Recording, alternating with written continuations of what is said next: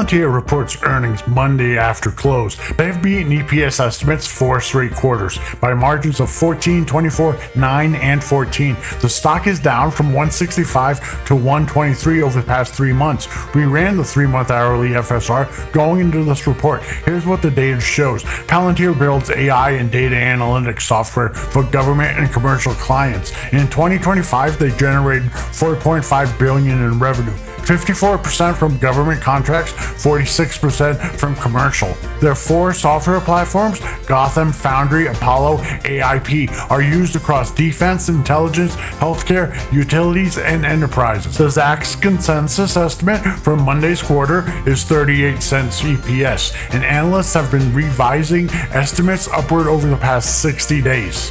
3 months of hourly data, FSR score 86%, rolling FSR 97%. Price started this window near 145, climbed to a peak of 165, then sold off, dropping all the way to 107 before recovering to the current 123. The 3-month average sits at 131. Prices below that average heading into Monday's report.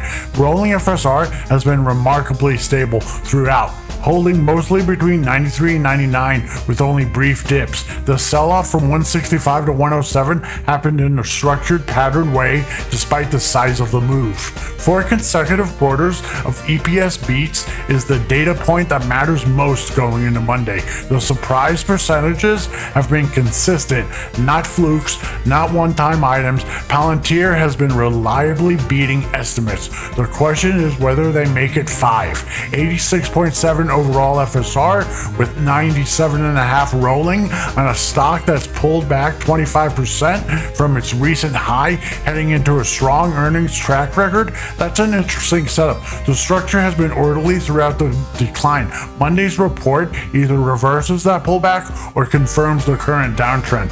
We'll run the post-earnings FSR after Monday's report. Subscribe so you catch it. Full tool at predictability-api.com. Link is in the description. Thanks for stopping by. We'll catch you in the next one.